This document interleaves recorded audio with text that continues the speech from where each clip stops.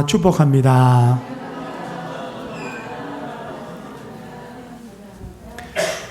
동물원에 있던 그 새끼 낙타가 어미 낙타에게 이렇게 물었습니다. 엄마, 왜 우리의 속눈썹은 이렇게 길어요? 그 어미가 말합니다. 야, 사막에서 모래바람이 많이 불잖아. 그 모래바람을 막아주려고 하나님께서 우리 속눈썹을 이렇게 아름답고도 길게 만드신 거야. 그래서 눈을 똑바로 뜨고 모래바람에도 사막을 잘 걸을 수 있도록 하신 거야. 새끼 낙타가 고개를 끄덕이면서 또 질문을 합니다. 근데 엄마, 우리 등에 있는 혹은 이건 뭐예요? 정말이지 보기 싫어 미치겠어요.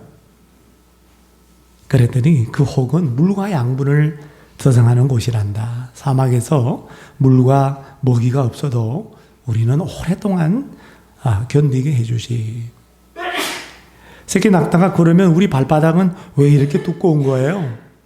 그래, 우리의 무거운 몸을 잘 지탱할 수 있도록 하나님께서 쿠션 역할을 하라고 발바닥을 이렇게 두껍게 만드신 거야. 그래서 우리는 그 사막의 모래에, 부드러운 모래에 푹 빠지지 않도록 이렇게 두껍게 만들어 주셔서 아주 사막을 우리는 이 두꺼운 발바닥 때문에 잘 걸을 수 있단다. 모두 다 쓸모가 있는 거네요. 그런데 엄마, 우리는 왜 사막에 안 있고 동물원에 갇혀 있어요? 여러분, 낙타의 사명은 뭡니까? 낙타의 사명은 무거운 짐을 싣고 사막을 이동하는 거예요. 사람을 이렇게 싣고 다니기도 하죠. 이게 낙타의 사명이에요. 낙타의 사명의 자리는 어디입니까? 동물원이 아니라 사막이어야 되는 거예요. 낙타가 동물원에 있을 때는 행복하지 않아요. 낙타가 행복하려면 사막에 있어야 돼요. 사명의 자리에 있어야 돼요. 오늘 저와 여러분도 마찬가지예요. 저와 여러분의 사명의 자리에 있을 때 우리는 진정 행복한 사람이 되는 것입니다. 그리고 그 사명의 자리에서 사명을 감당할 때 그 사람이 진정한 행복감을 누릴 수 있는 줄로 믿습니다.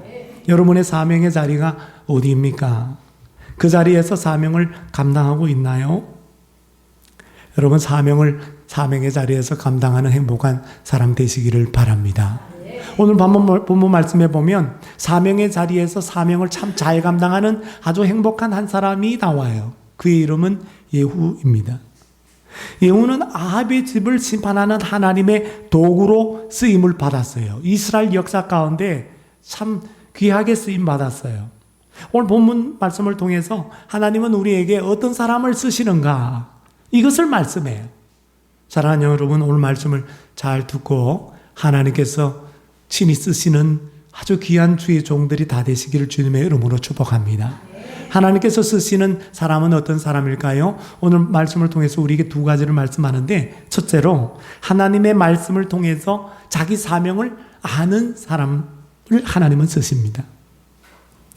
예후의 사명이 뭐라고요? 아합의 집을 치는 것이었습니다. 영어 성경에 보니까 destroy, 파괴하는 것이라고 그랬어요. 예후는 자신의 그 사명을 어떻게 알았나요? 엘리사 선지자의 청년이 예후에게 기름을 부어서 이스라엘 왕을 삼으면서 전해준 하나님의 말씀을 듣고 알았습니다. 7절에서 10절 상반절, 우리 지난 시간에 함께 보았던 말씀이죠. 앞에 보십시오. 7절에서 10절 상반절에 보면 예후에게 이렇게 말합니다. 너는 너희 주 아합의 집을 치라. 분명히 말하죠. 너는 아합의 집을 쳐라. 내가 나의 종 선지자의 피와 여호와의 종들의 피를 이세벨에게 갚아주리라. 아합의 온 집이 멸망하리니 이스라엘 중에 매인자나 노인자나 아합에게 속한 모든 남자는 내가 다 멸절하되 아합의 집을 느바스의 아들 여로보암의 집과 같게 하며 또 아이야의 아들 바하사의 집과 같게 할지라. 반역에 의해서 아주 이 왕들이 여로보암 왕과 바하사 왕이 하루아침에 무너지게 된 그 이야기를 하는 거예요. 역사적으로 이스라엘 지방에서 개들이 이세벨을 먹으리니 그를 장사할 사람이 없으리라. 그러니까 아합의 집을 심판하고 아합의 집에 있는 자손들 다 멸절당하고 그 부인 이세벨까지도 하나님께서 갚겠다라는 거예요. 벌을 내리겠다라는 것입니다. 그러니까 예후는 바로 이 엘리사 선지자의 청년이 들려준 여호와의 말씀을 듣고서 내 사명이 아합의 집을 치는 것이구나. 하나님의 심판으로 내가 쓰임 받는 것이구나. 이것을 깨달았다라는 거예요. 말씀을 통해서. 그런데 예후가 선지자를 통해서 들은 이 여호와의 말씀은 지난 시간에도 함께 살펴본 것처럼 사실 14년 전에 얼핏 예후가 들었던 말씀이에요. 자, 14년 전으로 돌아가기 전에 여기 오늘 본문에 보면 요람 왕이 나봇의 토지에서 예후를 맞이했어요. 예후의 반역임을 알고 도망을 갈 때에 예후가 화살을 쏴서 요람 왕을 죽여버립니다. 이때 예후가 그의 장관 빗갈에게 요람의 시체를 이스라엘 사람 나봇의 밭에 던져라, 그렇게 명령하면서 이런 말을 해요. 25절 하반절, 26절 상반절. 네가 기억하려니와, 빗갈에게 말하는 겁니다. 빗갈, 너 기억하지? 이전에 너와 내가 함께 타고 그의 아버지 아합을 쫓았을 때에 여호와께서 이같이 그의 일을 예언하셨느니라. 여호와께서 말씀하시기를 내가 어제 나봇의 피와 그의 아들들의 피를 분명히 보았노라. 여호와께서 또 말씀하시기를 이 토지에서, 이 나봇의 밭에서 너에게 갚으리라 하셨으니. 그러니까 이 나봇의 포도원의 시체를 던져라. 14년 전에 아합 왕이, 여러분, 이스라엘 궁 옆에 있는 그 나봇의 포도원을 보고 탐이 났어요. 그래서 왕인데도 그걸 못 빼앗으니까 이세벨이 아이고 이렇게 멍청하냐, 왕이 권력이 있는데 그걸 못하냐고. 포도원을 빼앗으려고 나봇이 하나님과 왕을 저주했다라고 하는 누명을 뒤집어 씌워서 나봇을 백성들이 돌에 맞아 죽게 만들었습니다. 그때 하나님께서 엘리야 선지자를 불러서 아합 왕에 보내어서 이와 같이 말씀하세요. 열왕기상 21장 19절. 여호와의 말씀이 개들이 나봇의 피를 핥는 곳에서 개들이 너의 피 곧 너의 몸의 피도 핥으리라 하였다 하라. 여러분, 이 21장 19절 말씀과 오늘 본문의 26절 말씀과 닮았죠. 어제 나봇의 피와 그 아들들의 피를 보았는데 이 토지에서 너에게 그 나봇의 피에 대한 빚값을 갚으리라. 14년 전에도 이 말을 했는데 그 말을 옆에서 들은 이 예후가 빗갈에게 하는 말이에요. 그때 그것만 들은 게 아니라 아합 왕을 호위하고 있던 예후와 빗갈이 나봇의 포도원에서 또 들은 예언의 말씀이 있는데 그게 뭐냐면 열왕기상 21장 21절에서 24절인데요. 이것은 엘리사 선지자 청년이 들고 와서 예후에게 한 말, 오늘 성경 말씀 열왕기하 9장 7절에서 10절 말씀과 똑같아요. 비교해서 보세요. 여호와의 말씀이 내가 재앙을 너에게 내려 너를 썰어버리되 아합을 썰어버리되 너에게 속한 남자는 이스라엘 가운데 매인자나 노인자를 다 멸할 것이요 또 너희 집이 느밧의 아들 여로보암의 집처럼 되게 하고 아이야 아들 바하사의 집처럼 되게 하리니 이는 네가 나를 노하게 하고 이스라엘이 범죄하게 한 까닭이라 하셨고 이세벨에게 대하여도 여호와께서 말씀하여 이르시되 그들이 이스라엘 성읍 곁에서 이세벨을 먹을지라.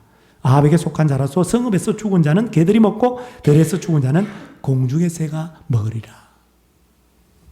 그러니까 14년 전에 예후가 빗갈과 함께 아합 왕 곁에서 엘리야 선지자를 통하여 들었던 그 하나님의 말씀이 14년 후 엘리사 선지자의 청년이 예후에게 전한 여호와의 말씀과 똑같다라는 거예요. 그러니까 예후는 이 동일한 말씀을 두 번 들었던 것입니다. 14년 전에 예후가 말씀을 들었을 때는 하나님이 아합의 집을 멸망시키려고 하는구나. 우상숭배케 한 아합의 집을 하나님께서 심판하려고 하는구나. 그 예언을 통해서 의미는 알았지만 그 사명이 아합을 치고 아합을 멸망시키는 것이 내 사명, 예후의 사명이라는 것은 그때는 몰랐어요. 근데 14년이 지나서 엘리사 청년이 엘리사의 보냄을 받고 와서 왕 기름을 부음을 받고 예후에게 하는 말을 들어보니까 아합을 치라는 거야. 네가 치라는 거야. 네가. 그래서 드디어 아합 왕가를 멸망시키는 것이 나의 사명이라는 걸 알게 되었습니다. 여러분, 사명을 아는 사람은 행복합니다. 우리가 사명을 아는 것도 행복이에요. 여러분 사명 없이 살아가면 방황할 수밖에 없어요. 사명이 있으면요 아무리 힘들고요 어려워도요 그 사명을 향해서 나아가게 돼 있어요. 그래서 사명을 아는 게 중요해요. 그 사명을 우리가 어떻게 아느냐? 오늘 예후처럼 하나님의 말씀, 나에게 주시는 하나님의 말씀이 다 달라요. 각각의 그 주시는 말씀을 통해서 나의 사명을 발견하게 되는 거예요. 사랑하는 여러분, 하나님은 신자 한 사람 한 사람에게 여러분 각자의 사명을 주시기 위해서 오늘도 각각의 사람에게 말씀하시는 하나님이신 줄로 믿습니다. 하나님의 이 말씀을 통해서 새롭게 여러분들이 알게 되고 발견하게 되고 깨닫게 된 사명이 뭡니까? 그때 또 사명을 주세요. 그 사명이 뭐예요? 각자에게 주시는 하나님의 말씀 귀 기울여 듣고 그 말씀을 통해서 예후처럼 자신의 사명을 아는 사람, 그 사람을 하나님이 쓰세요. 말씀 통해 사명 알고 여러분 하나님께 쓰임받는 주의 종들이 되시기를 바랍니다. 마지막 두 번째로 하나님 쓰시는 사람은 하나님의 마음으로 사명을 감당하는 사람을 쓰십니다. 아합의 집을 멸망시켜라. 이 사명을 받은 예후가 곧장 병거를 몰고 길란 라못 아람과의 전쟁 중에 있었는데 그 전쟁터에서 병거를 몰고 이스라엘 요단강을 건너서 이스라엘 별궁으로 나아갔어요. 이스라엘 별궁 위에서 망대에서 파수꾼이 좀 왜 그 군대가 막 이 별궁으로 오는 걸 보고 요람 왕에게 보고를 하니까 왕이 메신저 한 사람을 보내어서 뭔 일인지 알아봐라 해서 메신저를 저 무리에게 보냈는데 그때 예후가 메신저를 보고 야, 내 뒤로 돌이켜라. 내 뒤로 물러가라 그랬다. 그 말이 뭐냐면 나의 수하에 복종해라. 이미 게임은 끝났다. 내가 왕이다. 내 뒤로 와라. 내 편이 되어라. 왕의 보냄을 받은 메신저가 돌아오지 않고 예후 편에 서버리는 거예요. 안 돌아오니까 요람왕이 또 메신저 한 사람을 보냈어요. 저 무리가 누군지 알아보고 하라고. 근데 갔는데 예후가 똑같이 그렇게 포섭을 해버리는 거예요. 점점 예후의 군대가 별궁으로 가까이 옵니다. 그 망대 위에 파수꾼이 그 군대를 보고 요람왕에게 보고를 해요. 20절 하반절. 그 병거 모는 것이 님시의 손자 예후가 모는 것 같이 미치게 모나이다. 영어 성경에 미치게 모나이다를 보니까 미치광이처럼 모나이다. 매드맨, 미친 사람처럼 모나이다. 드라이브를 미친 사람처럼 해요. 여러분 미친 사람이 운전하는 거 보셨어요? 얼마나 난폭하게 운전합니까? 얼마나 거칠게 운전해요. 어떤 영어 성경에는 싸납게, furiously, 아주 싸납게 운전합니다. 병거를 말이죠. 어떤 영어 성경에는 경노하여 몹니다. 여러분, 여호의 마음이 얼마나 급했는지 하나님의 심판의 아합왕을 향한 심판의 도구로 쓰임 받을 때에 그 마음속에 분노가 치밀어 올랐다라는 걸 볼 수 있어요. 여러분 화가 난 채 운전해 보셨어요? 얼마나 난폭하게 거칠게 미친 사람처럼 운전하는지 몰라요. 오늘 예후가 미치게 모는 거예요. 그 마음속에 분노가 가득한 채 지금 병거를 빨리 몰고 있는 것을 의미합니다. 왜 예후의 마음속에 분노가 가득했을까요? 22절 말씀해 보니까 요람이 예후를 보고 이르되 이제 나중에 예후라고 그러니까 이제 그 조카 남유다의 아하시아 왕과 함께 병원에 왔었잖아요. 같이 이제 예후를 보려고 이제 맞이하러 요람 왕이 나가요. 그러면서 뭐라고 인사하니까 예후 장군에게 예후야 평안하냐? 야 전쟁도 어떻게 됐냐? 이게 지금 어떻게 상황이 돌아가고 있냐? 뭐 잘 되고 있냐? 뭐 이런 식으로 샬롬이라고 이렇게 물어봤어요. 근데 그때 대답이 뭐예요? 야 너의 엄마 이세벨의 음행과 술수가 이렇게 이 나라에 가득한데 어찌 평안이 있으랴? 음행과 술수가 뭐예요? 이세벨의 음행과 술수. 이세벨이 수입해온 바알 숭배가 이 이스라엘 온 땅을 물들였는데 그래서 하나님과의 관계가 이렇게 박살이 나서 깨어져 있는 상태인데 어떻게 나라가 평안할 수 있느냐 이 말이에요. 예후는 왜 분노했냐면 이 땅에 바알 숭배, 우상 숭배로 가득한 그것 때문에 그것을 가져온 아합 왕 이세벨, 아합의 아들 이 요람 왕에 대한 분노가 머리끝까지 침으로 올랐어. 미치게 몰았다라는 거예요. 그러니까 이 예후의 분노는 가만히 보면 하나님의 분노였어요. 예후의 마음은 하나님의 마음이었어요. 그래서 엘리야가 아합 왕에게 한 여호와의 말씀에 보면 열왕기상 21장 22절 하반절에 보십시오. 이는 네가 나를 노하게 하고 누가? 아합이 여호와를 진노케 하고 왜? 이스라엘 범죄케 한 까닭이라. 이스라엘 우상 숭배로 물들인 까닭이라 말씀합니다. 하나님은 온 이스라엘 땅을 바알 숭배로 물들게 한 아합 왕에 대하여 하나님은 분노하셨고 하나님은 진노가 머리끝까지 올라 있었어요. 그 하나님은 그 백성의 우상 숭배에 대해서 분노하시는 거. 왜요? 하나님은요, 우리의 모든 것이 되기를 원하시는 분이기 때문입니다. 하나님은 우리의 최고의 섬김과 최고의 예배와 최고의 사랑을 받으시기를 원하시는 분이기 때문에 우상 숭배를 그렇게 싫어하고 그렇게 분노하시는 거예요. 사실 이스라엘 우상 숭배는 아합 왕 아버지 오므리 때부터 시작된 거예요.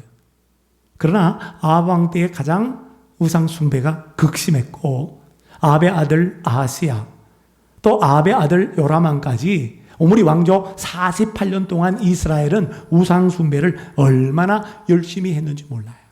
갈멜산에서 영적 전투가 있어 엘리야가 승리했어도 여전히 이 오므리 왕조 내내 48년 동안 그 50년 동안 우상 숭배로 물들어 있던 땅이 하나님 백성의 땅 이스라엘 땅이었습니다. 하나님께서 진노하사 더 이상 참을 수가 없어서 48년 만에 전쟁터 있는 예후를 갖다가 급하게 왕으로 세워서 오래전에 호렙산 시내산에서 엘리야 선지자에게 감당하라고 주신 사명 예후에게 기름을 부어서 이스라엘 왕을 삼아라. 오래된 계획인데 바로 이때다. 이때가 지금 예후를 세워서 아합 왕가를 무너뜨려야 할 때다. 하나님 그렇게 판단하셔서 예후를 급하게 왕으로 세워 아합 왕의 집을 치도록 하셨다라는 거예요. 예후의 하나님의 마음은 뭐예요? 예후가 지금 아합의 집을 치는 그 마음은 하나님의 분노였습니다. 분노심. 하나님과 똑같은 마음. 그 하나님의 분노심으로 아합의 집을 심판하는데 얼마나 철저하게, 얼마나 잔인하게, 얼마나 집요하게 심판하는지 몰라요. 여러분 계속해서 묵상하겠지만 한번 보세요. 24절에 보니까 예후가 아까 활을 당겨 요람이 반역이요 하고 막 도망을 가는데 두 팔 사이를 정확하게 조준해가지고 화살을 있는 힘껏 다 해서 당겨서 쏴버립니다. 염통을 뚫고 들어가 죽어버립니다. 온 힘을 다하여 풀로 땡겼다는 거예요. 영어성에 보니까 풀로 온 힘을 다해서 예후는 전심전력을 다해서 하나님의 사명을 감당합니다. 예후는 이후에 이스라엘 바알 숭배를 수입한 이세벨 그리고 사마리아에 있는 아합의 아들 70명 또 사마리아에 남아있는 아합에게 속한 모든 사람들을 모조리 다 죽여서 진멸해버립니다. 그리고 아합 왕가만 진멸한 게 아니라 아합 왕가로 말미암아 세워진 바알의 거짓 선지자들 그리고 바알을 숭배하는 우상 숭배자들 그리고 바알에게 제사를 드렸던 바알의 제사장들을 아주 속임수를 써서 유인을 해가지고 모조리 다 죽여버립니다. 예후가 이 사명을 다 감당하고 난 다음에 하나님께서 예후에 대한 평가가 열왕기하 10장 30절에 나와요. 열왕기하 10장 30절 제가 읽을게요. 네가 나보기에 누구를 말해요? 예후예요. 예후 네가 여호와 보기에 정직한 일을 행하되 잘 행하여 여기 잘 보세요. 내 마음에 있는 대로 앞집에 다 행하였은즉 죽여버리고 진멸했던 그것에 대해서 어떻게 내 마음 하나님의 마음에 있는 대로 다 행하였느냐. 그러면서 복을 주세요. 너의 자손이 이스라엘 왕위를 이어서 4대를 지내리라. 예후까지 5대를 예후 왕조가 오므리 왕조 다음에 들어서게 돼요. 예후의 아들 여호아스, 여호아스의 아들 요아스, 요아스의 아들 여로보암 2세, 그 다음에 스가랴. 예후 왕조는 북이스라엘을 95년 동안 통치합니다. 이것은 오므리 왕조의 거의 2배 정도 되는 기나긴 세월 동안 한 일개의 군인에 불과했던 사람을 하나님께서 왕으로 세워서 그 아들 대대로 4대 동안 통치하도록 하나님께서 그런 복을 주세요. 왜? 하나님의 마음으로 하나님의 심판의 도구로 그가 쓰임을 받았기 때문에 이처럼 하나님의 마음으로 사명 감당하는 사람을 하나님은 기뻐하시고 그 사람에게 하나님은 여러분 복을 주시는 줄로 믿습니다. 구약성경에 보면 또 한 사람이 있어요. 하나님의 마음으로 사명 감당한 또 한 사람이 생각이 나더라고. 본문 말씀을 묵상하면서. 민수기 25장에 보면 하나님께서 모세에게 비느하스, 아론의 손자 비느하스에 대해서 이렇게 평가하셨어요. 25장 11절. 우리 다 같이 한번 읽어볼까요? 시작. 제사장 아론의 손자 엘르아살의 아들 비느하스가 내 질투심으로 질투하여 이스라엘 자손 중에서 내 노를 돌이켜서 내 질투심으로 그들을 소멸하지 않게 하였도다. 이 하나님의 말씀에 의하면 비느하스는 어떤 마음으로 사명을 감당했느냐? 하나님의 질투심. 이유는 하나님의 분노심.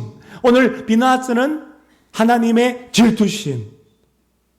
그 질투심으로 질투하여 사명 감당한 자였다라는 거예요. 왜 하나님께서 비느하스를 나의 질투심으로 질투하였다라고 말했습니까?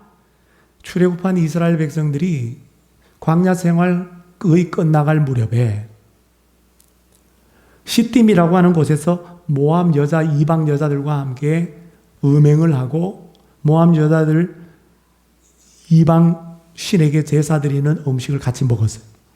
우상 숭배에 참여한 거예요. 이때 하나님께서 어마어마하게 화가 나셨어요. 진노하사 이스라엘 백성들에게 형벌을 내렸는데 전염병이 돌게 했어요. 그래서 전염병으로 많은 이스라엘 사람들이 죽게 됩니다. 근데 그때 이스라엘 한 남자가 백성들이 다 보는데 비느하스가 다 보는데도 미디안 여자 이방 여자 하나를 데리고 이스라엘 진영 안으로 온 거예요. 누가 꼬셨는지 모르지만 여자 하나를 데리고 들어와가지고 막사로 들어가는 텐트 안으로. 이 비느하스가 그걸 보고 눈이 뒤집어진 거야. 하나님의 질투심으로 질투하면서 손에 창을 들고 뒤따라 들어가서 이 남자와 여자를 갖다가 그대로 배를 창으로 찔러서 죽여버린 거야. 그냥 꼬지를 만들어버린 거야. 완전히 창으로 꽂아버렸어. 그러자 하나님의 형벌 전염병이 그쳐버렸어. 하나님께서 뭐라고 했는지 아세요? 이스라엘 위해서 속죄를 했다는 거예요. 속죄를 했다. 그 행위를 가리켜서. 그러니까 비느하스가 정말 하나님의 편이 되어서 하나님의 마음, 하나님의 질투심으로 음행하는 자들, 즉 우상 숭배하는 자들을 그렇게 죽였던 것입니다. 그래서 하나님께서 이 제사장 가문이잖아요. 아론의 손자니까 이 영원한 제사장 언약을 평화의 언약을 세우리라. 그 가문 대대로 제사장이 되잖아요. 그런 복을 받게 되었어요. 여러분, 하나님은 오늘도 결단력 없는 사람은 절대로 안 씁니다. 말로만 한다고 해놔놓고 그냥 미적미적 하는 사람, 나중에 하겠다라고 하는 사람은 하나님 절대로 그런 사람 쓰질 않아요. 하나님은 예후와 비느하스처럼 열정이 있고, 열정이 있잖아요. 나중에 보면 여호와의 열심이라고 자기가 표현해요. 여호와를 위한 열심. 열심이 있어요, 열심이. 열심이 있어야 돼. 그리고 집요하고 결단력이 있고 아주 담대하고 용기 무쌍한 사람을 하나님은 쓰시는 거예요.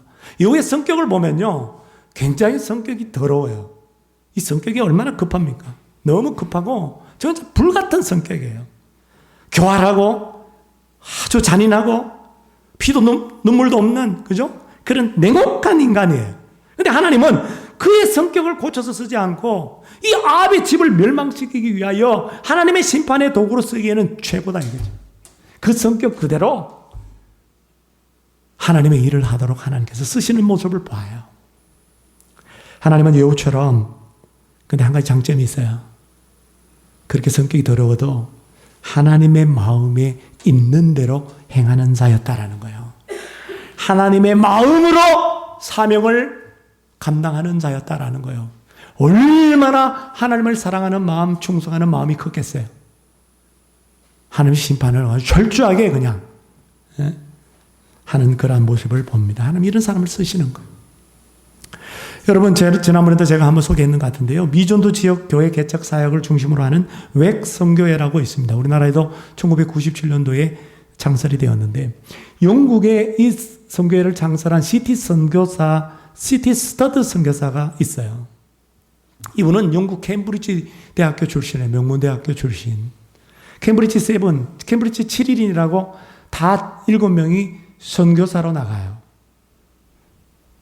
예수 믿기 전에 이 대학교에 크리켓 아시죠? 야구하고 비슷하게 생긴 인도에서 많이 하는 그 크리켓 선수, 대학교 선수였어요. 인물도 잘생겼어요. 그리고 아버지는요, 인도에서 무역상, 이게 푸른색 염료를, 그렇게, 뽑을 수 있는 어떤 그걸 가지고, 사고 파는 아주 어마어마한 부자였어요. 근데 그가 예수를 믿고 난 다음에 아버지의 유산을 무디 신학교와 조지 뮬러의 고아원과 구세군 사업을 위하여 다 기부를 해버렸습니다. 몽땅 다 기부해버려요. 그는 하나님 부르심을 받고 중국, 인도, 아프리카, 콩고에서 선교사로 그렇게 사역을 했습니다. 그의 나이 71세에 콩고에서 지병인 담석증으로 죽어버리고 맙니다. 그가 임종 직전에 한 유명한 말이 있어요. 자녀들에게 한 것 같아요. 아무래도 보니까 내가 세상 떠날 날이 가까이 온 것 같아. 이제 돌아보니 즐거웠던 일이 생각나는구나. 그 즐거웠던 일 첫 번째는 하나님께서 나에게 중국으로 가라 말씀하셨을 때 가족 모두가 반대했지만 하나님의 명령이었기에 순종해서 중국으로 간 일. 그게 즐거웠고, 두 번째는 너에게 있는 것을 다 가난한 자들에게 나눠주고 나를 따르라. 이 부자 청년에게 하셨던 그 예수님의 말씀, 그 말씀이 나에게 주시는 말씀으로 어느 날 읽히게 되었어요. 그래서 그 말씀대로 받은 아버지의 유산, 그 유산을 다 선교와 구제를 위해서 나누어 준 일. 이것이 되돌아보니까 우리 나의 인생 가운데 가장 즐거웠던 일, 추억할 만한 일이구나라고 말을 했다라는 거예요. 이 스터드 선교사는 자, 가만히 보세요. 하나님의 음성, 하나님의 말씀을 통해서 그때 사명을 깨달았어. 아니, 50이 넘어가지고 또 아프리카로 간다고 그래. 그러니까 다 반대하는 거야. 아니, 중국에서도 인도에서도 선교사 했으면 됐지. 지금 몸도 그렇게 아픈데 치료차 영국에 와 있는데 하나님 또 아프리카를 가라고 한다고 그러니까 사람들이 야, 이거 그렇게 희생을 많이 했는데 그만큼 또 희생을 더 할 필요가 있느냐? 그랬더니 유명한 말을 하잖아요. 예수님이 나를 위해서 십자가에 희생한 것이 사실이라면 어떤 희생도 희생이라고 말할 수 없어. 그는 하나님의 말씀을 통해서 사명을 깨닫자마자 즉각적으로 하나님의 마음으로 그 사명을 감당했어요. 이게 여러분 선교사들만 해야 될 일이 아니라는 것. 사랑하는 여러분, 하나님의 말씀을 통해서 알게 된 사명 어떻게 감당하고 계시나요? 그 사명을 감당하기 위한 하나님의 마음이 뭘까요? 예후는 분노, 하나님의 마음. 비나스는 질투, 하나님의 마음. 시티 스터드 선교사는 영혼에 대한 사랑, 하나님의 마음. 그 마음으로 사명을 감당하였습니다. 하나님의 마음을 가지려면 어떻게 해야 될까요? 이렇게 한번 생각해 보세요. 주님이라면 이 사명을 어떻게 감당할 것인가? 주님은 어떤 마음으로 이 하나님의 일을 할 것인가? 그것을 물어보고 성령님의 도우심을 간구하고 내 마음은 선한 것 하나도 없어요. 다 부패되었고 썩었어요. 성령님 내 안에 주님의 마음으로 가득하게 해주세요. 그 마음으로 이 사명, 사랑과 주님 충성하는 마음으로 감당하겠습니다. 그래서 그 사명 능히 감당하여 예후와 비나스와 시티 스터드처럼 우리 하나님께서 기 쓰는 주의 종들이 다 되시기를 주님의 이름으로 축원합니다. 보소서 주님, 나의 마음을